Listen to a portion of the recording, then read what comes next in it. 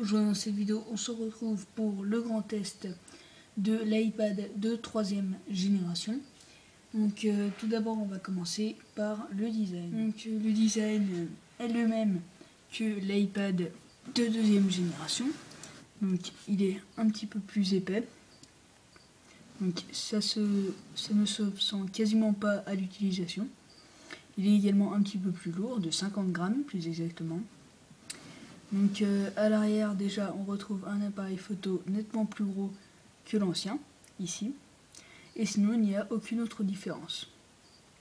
Donc on va passer maintenant à l'écran.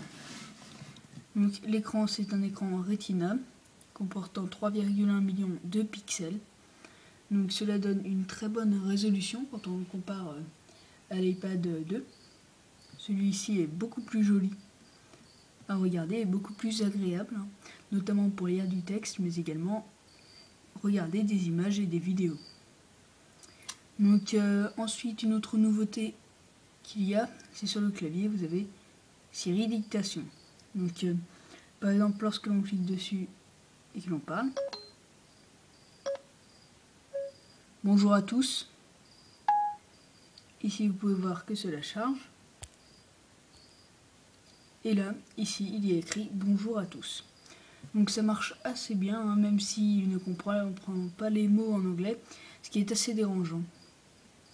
Donc ensuite, il a un processeur quad-core graphique, donc qui va permettre de bien faire fonctionner cet écran Retina. Et c'est vraiment joli lorsque l'on joue à des jeux avec ce nouvel iPad. Donc notre nouveauté de cet iPad, enfin une nouveauté qui n'en est pas une, puisqu'en fait il a 10 heures d'autonomie comme ses deux prédécesseurs, l'iPad 1 et l'iPad de 2e génération. Donc une autre nouveauté qui arrive avec cet iPad, bien qu'elle n'y est pas réservée, eh bien c'est iPhoto, donc la suite iLife, qui arrive. Donc je vous propose de regarder tout simplement le test de cette application en cliquant sur le lien se trouvant dans la description de la vidéo.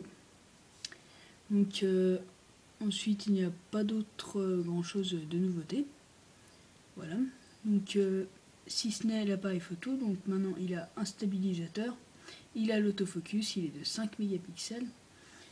Et l'appareil photo en façade est toujours un appareil photo VGA. Je pense qu'ils auraient pu faire un petit effort là-dessus, parce que c'est vraiment la pire des caméras que l'on peut trouver sur une tablette aujourd'hui.